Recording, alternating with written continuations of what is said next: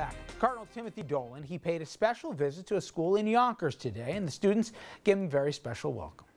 Cardinal Timothy Dolan was greeted with a lot of hugs and music this afternoon.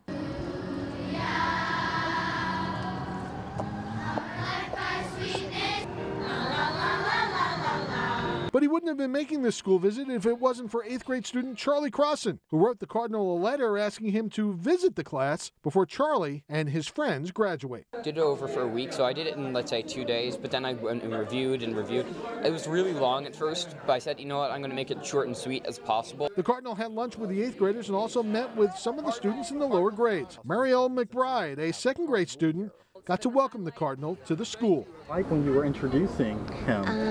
Happy and excited. And Cardinal Dolan says he was overjoyed to see all of the students here. Whenever I get down, that doesn't happen too often, but when I get down or discouraged, I go to one of our Catholic schools.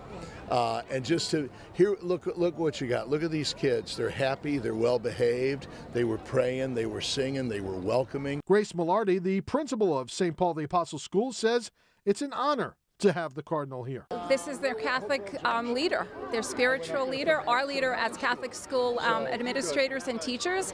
We speak about him all the time. His picture is outside my office. So now to have him in person in real life is the highlight of our school year. This is actually Cardinal Dolan's last visit of the school year. He typically visits a handful of schools every year. In Yonkers, Kevin Uretsky, FiOS 1 News.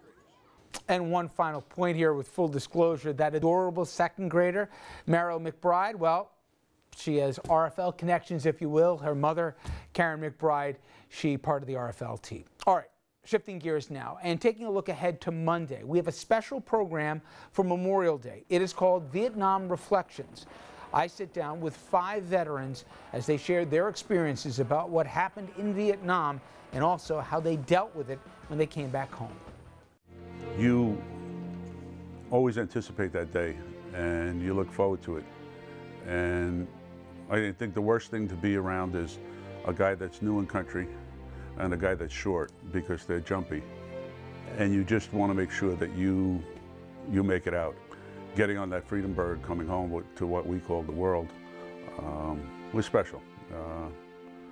It was a very special time. It was like, oh God, I made it. As far as leaving Vietnam, everybody on the plane was happy. The happier part was when we landed. We landed in Fort Worth, California. We came back and processed in. So most of the guys, we kissed the ground. You know, hey, we're back. Hallelujah, we're here. So what was homecoming like for you?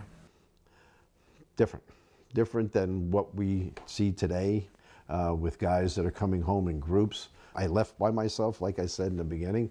I came home by myself. We had been told by the nurses who were coming in country that as soon as we got off the plane when we got in the U.S. to get out of uniform, to carry a dress or whatever you're going to wear with you, change in the nearest bathroom, and then go home. That's Vietnam Reflections, 6 p.m. on Memorial Day. Well, that will do it for us this evening. Thank you so much for joining us. We'll see you back here tomorrow, 6 o'clock as always. I'll see you Thursday.